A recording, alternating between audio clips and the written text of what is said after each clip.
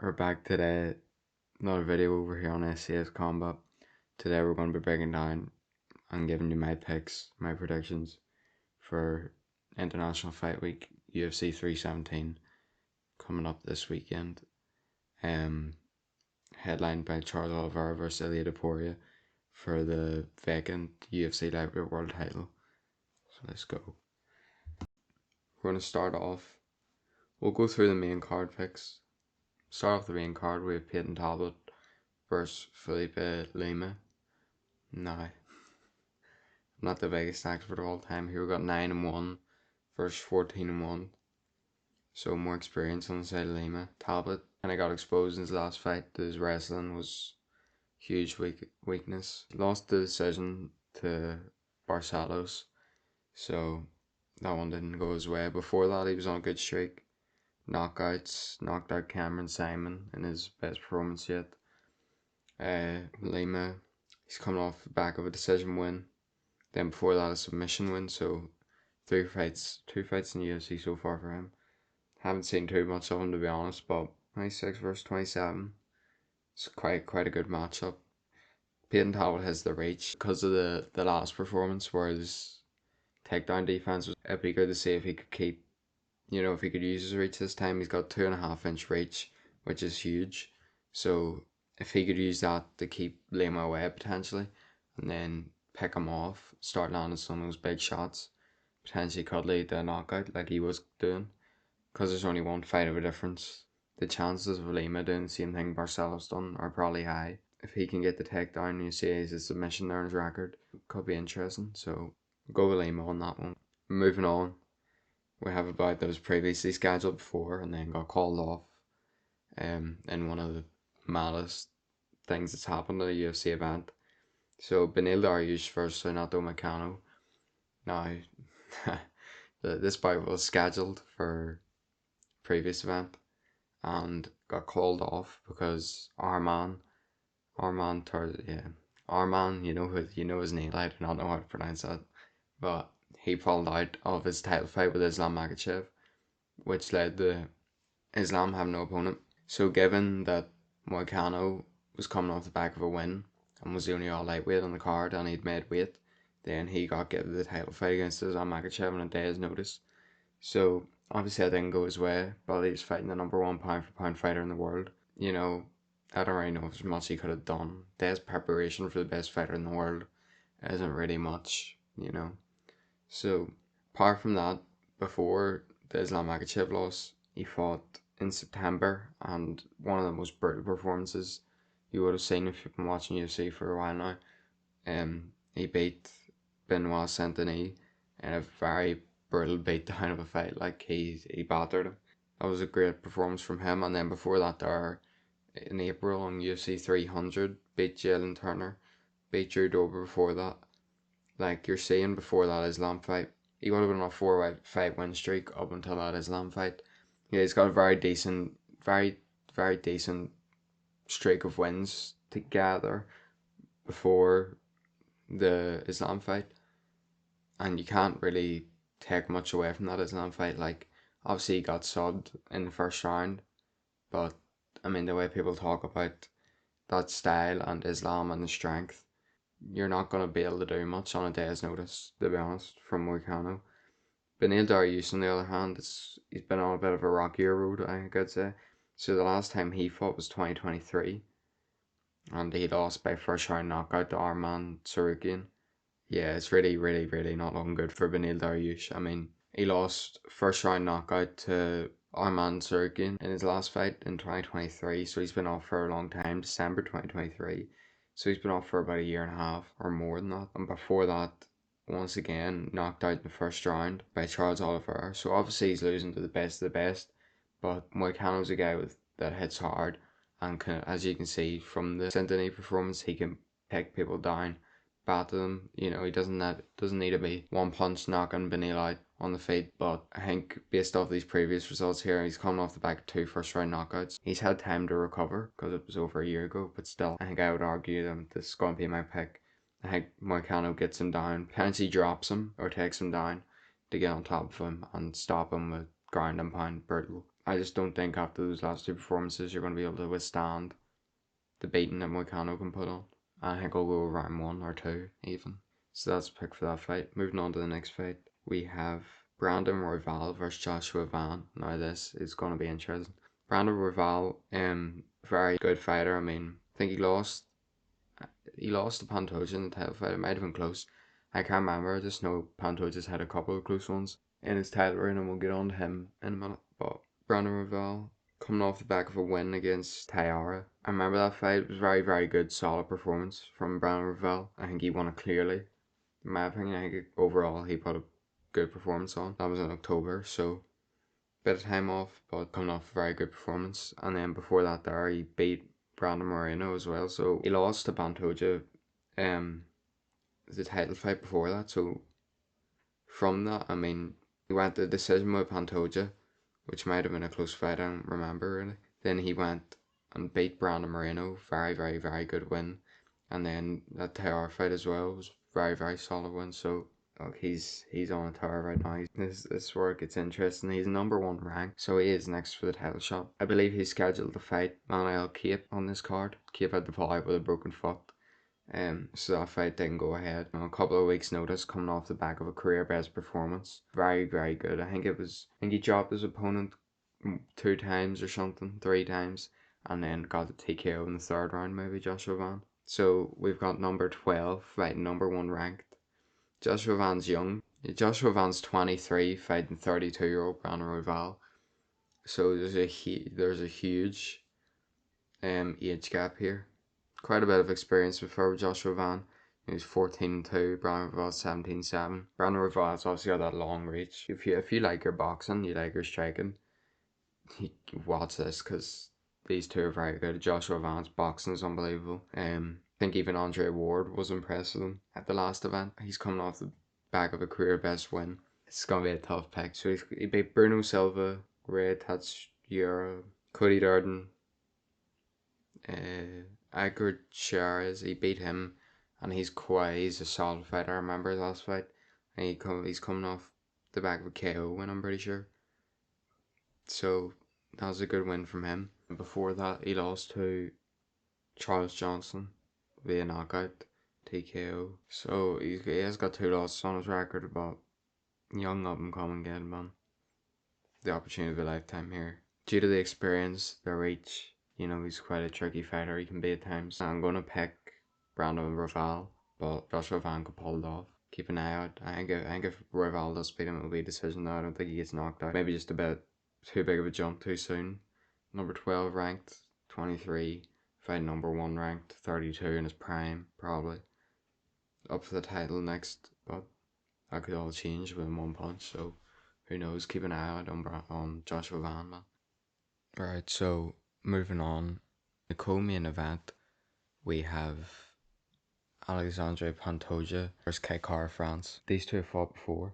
I think it was on a season of The Ultimate Fighter. It might have been Mighty Mouse and Henry Cejudo, but it was that season, I'm pretty sure, where they took in a whole load of champions from outside the UFC and made them fight each other, see who gets into the UFC, who's the best. So Pantoja took that one. It was only a 2-round fight though, and I don't even know how long ago that was. I mean, Pantoja's been in the UFC from 2017, so probably 2016, maybe even. I mean, it was a very long time ago, 8 years you're looking at. Both men have obviously gotten way better in that time, but I think if you look at that fight, you'll notice, I think Pantoja will try to do the same stuff here this time around. He shot a takedown straight away. Very grappling heavy performance in the first round. Took Kai's back but wasn't able to do anything with it. And it was kind of just on the feet. Like, there wasn't anything big that happened in the fight. It was a well matched fight. I think one thing that stood out from Pantoja was his attempts then to mix up the striking and the grappling, because whenever he was standing fighting Kai, just letting Kai box and do his work, he was getting outstruck and outfought. But then he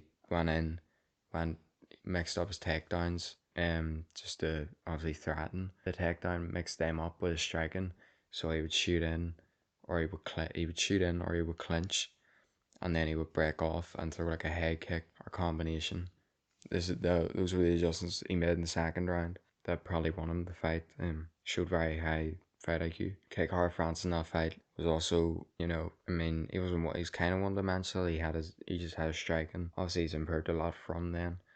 So starting from with the challenger, I mean, from then, Kekar France is coming off the back of a first round knockout of Steve Ursig. Now, Steve Ursig put up a very, very good performance against Pantoja. Arguably won one in the eyes of a lot of people, so who knows? But if you're going to compare opponents at the same time, Brandon Moreno did finish Kekar France with a body kick, whereas Alexander Pantoja beat Brandon Moreno to take the title. I think for Kai, his keys to victory in this fight would be to aim to the body. I think one thing that I've seen in a lot of Pantoja's fights that go the full way is that he gets tired later on throughout the fight. But very fortunately for him, I've seen his grappling comes in for him, and he's usually a lot more dominant with his grappling. He's usually a lot better with his grappling than his opponent. If you look at his previous opponents, your guys like Moreno, Rival, Asakura, where he choked him out. Primarily striker, Steve Ursig, primarily a striker. Where that's usually what, is his way to winning later on in these fights when they get tough and starts to get a bit tired. So I think for me, Kekar France should aim. I think he should jump on Pantoja, but Kekar France should have trained at a very, very high pace and to be very aware of takedowns and getting up so he can work on his striking more. But obviously he's going to have working on his takedown defense a lot. So I think a key pivotal factor that I would like to see from Kekar France is work the body and work the body heavily. Even work the legs. And yes, work the legs will be another part. Work the legs, work the body. Maybe when he would already be tired in that circumstance, he's going to be more tired and potentially earlier because obviously the body work, and then his legs could be damaged heavily, so shooting in on those takedowns mightn't be as easy as it were at the start. He won't have that timing and that quickness, that speed to get in there in time. Obviously, Kekar France has come out with a lot of knockouts from that first Pantoja fight, and obviously I think his power is going to play an extremely large bit in this fight. Not that we've ever seen Pantoja put out badly or even put out, I don't think. If you look at Pantoja in his last loss, that would have been to, go back a bit here. Yeah, Pantoja's been on a win streak from 2020. He's been on a win streak from 2021, so his last loss was to Askar Askarov in 2020. Before that, he knocked out Matt Snell. He's already fought Figueiredo. Yeah, he already beat Moreno twice. Never actually been knocked out in the UFC, but it looks good for Alexander Pantoja. But then again, if you look at the opponents, obviously in the last while, I think Kekar France would rank high among the hard hitting territory. So body work, leg kicks, mixing it up, maybe even threatening to take down him. Don't commit it though, because I'm pretty sure that's how Steve Ursig messed up in his fight against him. And then moving on to the champion, in this fight, Alexander Pantoja. I think his keys to victory was something that he done great in that last fight was a mix of the takedowns and the striking up. I mean, shooting in for the takedown, and he wasn't just throwing tapping shots whenever he got out. I mean, he was throwing big head kicks, hooks, like anything he could. Come forward at a very high intensity, and leg kicks as well himself, leg kicks, body work, body kicks. His initial approach in their first fight was to grapple, and I do think that's still his strongest area to this day. His striking has obviously evolved a lot, obviously beating great fight like Brandon Moreno, wasn't just beat on off wrestling. So his wrestling has come on massively throughout his career, and you've seen his last fight, his jiu-jitsu choked Asakura out, pretty easy. So that's another big factor for Kai to be worried about if he gets to the ground. That's why I think in my opinion for Kai, it's pivotal that he worked with Craig Jones during this camp, because he's probably the best jiu-jitsu guy there is for coaching. So look, I think I see round one. I think it's gonna add. I do think this will be a fair fight. Kekar France is a come forward knockout puncher, come forward hard hitter, whereas Pantoja is high intensity, mixing up the grappling, the striking, the jiu-jitsu. I mean, total package. I don't really know about. I think age could be a significant factor in this fight. You look at the lower weight classes. Volk was the first fighter under welterweight to win a world title over the age of 35. And for Volk to be the first person to do that so recently, I think is a huge concern. It's always been at these lower weight classes, and unfortunately, maybe in an aspect for Pantoja, he is 35, has the height advantage, and Kekar France has the reach advantage. So I think I'm gonna go. I think Pantoja's been a great champion, but maybe I think this could be a rematch again. I think this could be another trilogy technically from Pantoja. Uh, I think I'm gonna go. I'm gonna go. I'll go. I'll give you. I'll give you a pick that you mightn't hear. I'm gonna go against the dominant champion because why not? And I'm gonna go with Kekar France round 4 or round 5 stoppage potentially. I think body work. I think if he's been working with Craig Jones on his jiu-jitsu, he's been working on his takedown defense to where it's good enough for when he tires Pantoja out. If he doesn't get beat in them early rounds and can carry his power, and he has done the work to the body and the legs, I think Pantoja could be in trouble. Just mightn't have much left. I don't know what he's like in terms of injuries or anything, but look, we'll see. I'd say there's been bigger upsets, so it's gonna be my official pick for the co-main event of UFC 317. It's where everything goes out the window again. You know, you've got the older fighter, the more experienced fighter. I mean, Charles had 45 fights in his professional career, or potentially more even. Is it?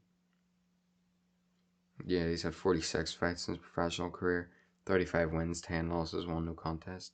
Leo Topuria is 16-0, 28. So we're looking at a 35-year-old with 45 fights against 28-year-old with 16 fights, 16 wins, undefeated. Very dangerous fighter. I mean, we know what this guy's been doing. He's been terminating everyone's fan favorite fighters. I mean, brutally knocked out Max Holloway in their fight. First guy to knock Max Holloway out. Knocked Volk out cold as well. So you could see why this guy wouldn't be a fan favorite, knocking everyone's favorite fighters out. But I mean, he's I think the obviously the biggest standout when it comes to Elliot Topuria is that boxing. The fact that he was able to get to Max, outstrike Max. Like Max is one of the best strikers in the UFC, and he still managed to close the distance on him, close the range, hurt him. Well, I think he stepped in with a right hand. It might have been that hurt him first, and then come over the top with a left hook in the clinch to knock Max Holloway down, and then obviously the ground pound put him out, or might have just been the initial left hook. You know, memory's a bit foggy. I don't really watch that one back. Same in the Volk fight. Like I think the most important thing for Charles in this fight is to not get caught like Volk did. Like Volk done good in the first round, but then the second round, I think he was constantly backing up and getting his back stuck on the cage. And you see it happen all the time in fights with great fighters, like very high level fighters, and it can just happen. Like it might even be the most conscious thing, and then Volk just backed up. Elliot was in on him. That was it. There was no getting away, and Elliot threw a huge right hand over the top, puts Volk out cold and the new, you know. So everything with this guy is potential, like stardom, like no two ways about it. Knocking out Max Holloway, knocking out Volk to win the title, beating Josh Emmett. I mean, he beat Josh Emmett so bad it was unreal. Um, Subbed Bryce Mitchell, which is Bryce Mitchell's thing. Knocked Jay Herbert out. I mean, everything. Like knocked Ryan Hall out. Won a decision in his debut. Then knockout, submission, decision, knockout. So knockouts all over the place. This guy hits extremely hard. Obviously, if you look at that one, the fight that he has had at lightweight before, Jay Herbert, now that could come into play. It could be interesting. Obviously, that's where he's faced the most controversy in his UFC career. Got dropped heavy by a huge head kick from Jay Herbert, who was still, I mean, Jay Herbert was a taller guy. Like, huge difference. Charles Oliver's 5'8". Jay Herbert's 6 foot tall. Still an interesting comparison because obviously Charles Oliver is someone that will have the height advantage on Elliot. He'll have the weight advantage. He'll have the reach advantage. Now, obviously, Elliot has shown he can throw them things in the bin quite easily before. I mean, he recovered well, took the knockdown well, got up, fought on, and then knocked Jay Herbert out cold in one of the most brutal knockouts the UFC's seen. Huge overhand, and that's his go-to shot. You kind of see in the open media workouts that he was doing, he'll tap, tap, tap. It's kind of like 1, 2, 1, and then a huge step through right hand. It's kind of just the change the tempo, changes up, like you don't know what's coming next. You could just be tapping, and then huge left hook to the body, or you know, he seems like his straight shots from the open media workout. He was doing a lot of them. I think his goal, because I think he thinks Charles is going to march forward, so throwing straight down the pipe to get straight to him gonna be the easiest way to do that. I mean, obviously throwing straight usually lands quicker than going looping with a hook or an overhand. But if you're at Charles, it's safer to walk forward at the end of the day because look at what happened to Volk when he got backed up against Cage. you don't want to be the bigger guy with the longer reach, I suppose, and you don't want to be the one getting backed up. Probably not giving yourself the best chance there, unless Charles is going to try to turn into a counter fighter in this fight, which I don't envision him doing. And then I think the most dangerous thing for Charles in this fight is that if you were to look at his most used comparison, but if you were to look at McGregor earlier on in his career, he had huge, like he had he's some of the best striking you'd seen. Like Ilya is the best striking in the UFC right now. Huge explosive knockout power. But McGregor didn't have the takedown and the background in wrestling. Ilya has that background in wrestling. Obviously, he's Georgian. We all know what they've turned out to be like with their wrestling, very, very high level, even compared to the Dagestanis. You know, if you look at Muradov's fight with Umar. So Ilya has that in him. He's not completely clueless on the ground, but obviously has Charles' strength. I mean, ideally, if you're Ilya, you want to keep this on the feet probably, because Charles is a guy that takes a lot of punishment sometimes to get to where he needs to be, but also a very, like, I mean, obviously he can take what he needs to get there, but I think it's different this time. I think with how hard Ilya hits, I think the weight difference, I mean, we've seen him at lightweight before, the weight won't make a difference to his power. Charles is bigger, but I don't know, it's a dangerous one. And then even you've seen before, if Ilya can't knock someone out with the Josh Emmett fight, I mean, he put on a brutal performance there. Or even in the Bryce Mitchell fight where he definitely could have knocked him out, but he just submitted him. This kid is dangerous, you know, and I think with Elliot, that's where he would set Charles up. So I think Charles needs to watch, don't get backed up in the cage, because I think Charles might walk forward, think he's alright with these tapping shots, and then he could end up just getting whacked. And honestly, Charles is great recovery, but I think when you get hurt by Elia, I think it's different because he does the tapping and he just whack. And once he gets you hurt, you know, you go back to it, make you think you're safe, and then he won't repeat, but he will do the same thing. He won't repeat the punches he throws, but he will do the same thing. You see it with Max Holloway, he hurts him with a right hand stepping in. And then Max kind of hangs on for a minute, and then he holds Elia, and Elia comes around with a huge left hook. So, you know, the shot selection changes, kind of luring the opponent into false sense of security. To think, oh, I can take these, and then all of a sudden they're on their back and they don't what I'm. Do you know what I mean? He's a very dangerous fighter. I mean, a lot of the older fighters are going now. You know, Charles himself is 35, like he won't be hanging around for long even if he wins. The older you get, usually your chances get lower. You know, I think I picked out Topuria's strengths, but the man himself, I mean, look, Charles Oliveira dominated Michael Chandler in that last fight, obviously got rocked bad in the last round, but still won that via decision. Obviously, he's just grappling. I mean, obviously he's beat Michael Chandler before, and we'll get on to that. I think he showed different elements in that rematch. I mean, not elements that we haven't seen, but he fought differently and still got the win. So lost Starman, sorry again, in a very, I mean, once again, controversial split decision, or maybe split decision, but in decision lost, 3 round fight. I think the consensus is that one goes 5. I think Charles wins that easily. I think a lot of people still had Charles winning it. You know, he's very high submission threat in that fight. If you look at with the guillotines, the dark chokes, obviously Armand done great at surviving those. But he's just showing how much of a threat he is on the ground for anyone. Then before that, he knocked out Beneil Dariush in a round. So I think you look at the same things here. Obviously, Ilya is a very dominant striker in his style, but also has that ground game to go along with it. I mean, it's kind of the opposite with Charles, where Charles is a very dominant jiu-jitsu fighter. Most submission wins in UFC history. Very, very dominant on the ground, very good. You know, you can catch anyone and it's over. Do you know what I mean? In a second, you might even know, and then bang, and he's got you in that show, and that could be it. But he's the knockout power to go along with his wrestling and his jiu-jitsu. So it's not to say Charles would be completely lost on the feet, because I mean, look at that round 1 knockout of Beneil Dariush. Obviously, he dropped Justin Gaethje into the rear naked choke, withstood Dustin Poirier to get a round 3 submission on him, knocked out Michael Chandler to win the belt. This guy has power in his hands. So Ilya's not always safe standing on the feet either, if you're going to be honest. Obviously, he if you're to look at the fight stylistically, that's where he has huge advantages. I wouldn't get caught by Charles because that guy's heavy-handed as well. And obviously made a lot of progress. Everyone thought he was a quitter, he wasn't going to come back. And then put the guy a great string of wins. Kevin Lee, Tony Ferguson leading into the title shot against Michael Chandler for the vacant belt. Survived controversy in that fight, which people would have wanted to see from him to show that he's overcome stuff.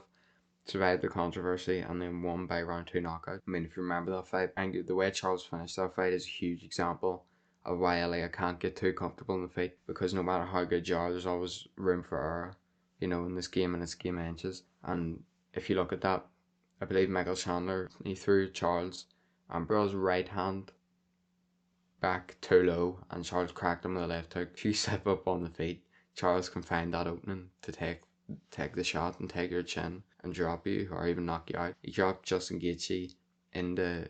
I mean, that's where it does get dangerous. So obviously when you get dropped, you're discombobulated a bit. You know, you're confused, and that's what he done. He dropped Justin Gaethje and then put him in the choke, and that was just that. Justin Gaethje really didn't stand a chance at that point. Locked in rear naked choke. Knocked Michael Chandler out, EKO, power to finish, power to set up a submission. He's really, I mean, the more you look into this, and then obviously he has the experience over Ilya. Whether it's a good, obviously there's disadvantages because you took more damage. It's like with Max, but he has the experience over Topuria. He has the age over Topuria, he has the reach over Topuria. Apart from weight, I mean, you could technically say he's the bigger guy as well because he was fighting at 155, whereas Ilya was fighting at 145, so naturally he might be bigger. 5-inch reach advantage for Charles Oliveira is huge. Obviously, it was something I'm pretty sure Jai Herbert would have had a longer reach advantage than Ilya Topuria, so it's something that he has come past before. One of the best finishes I've seen personally in a UFC title fight is when Charles Oliveira submitted Dustin Poirier to retain his title. And the reason I say that is because of how clean it was. I mean, I just remember in a split second, and this is what I mean about how dangerous Charles can be, because it was standing and split second. It looks like he's going for the takedown, I'm pretty sure, but he just went completely behind Dustin onto the back, got the body triangle locked on, and then choked Dustin standing. He doesn't need to always be on the ground to submit you.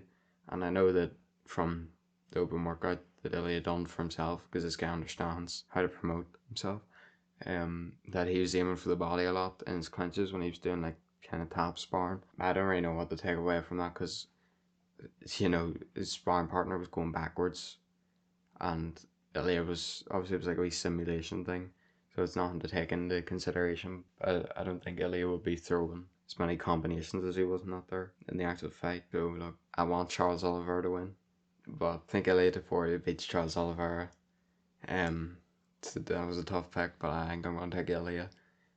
I could see him knocking Charles down, and I think he has the fight IQ to not get caught in ground. Like, I think even though he has the ground game, I think if he drops Charles, they just get him back up, and it could be a brutal win, or Charles could survive and put up a fight, but I think still lose a decision. I do have Ilya Topuria winning the main event and going on to bigger and better things and for the future of the UFC. So, and that'll be my picks for the UFC 317 main card this weekend. I'll be off of the like, subscribe, follow, TikTok, Instagram, Twitter, X, whatever you want to call it. All SAS Combat on all platforms.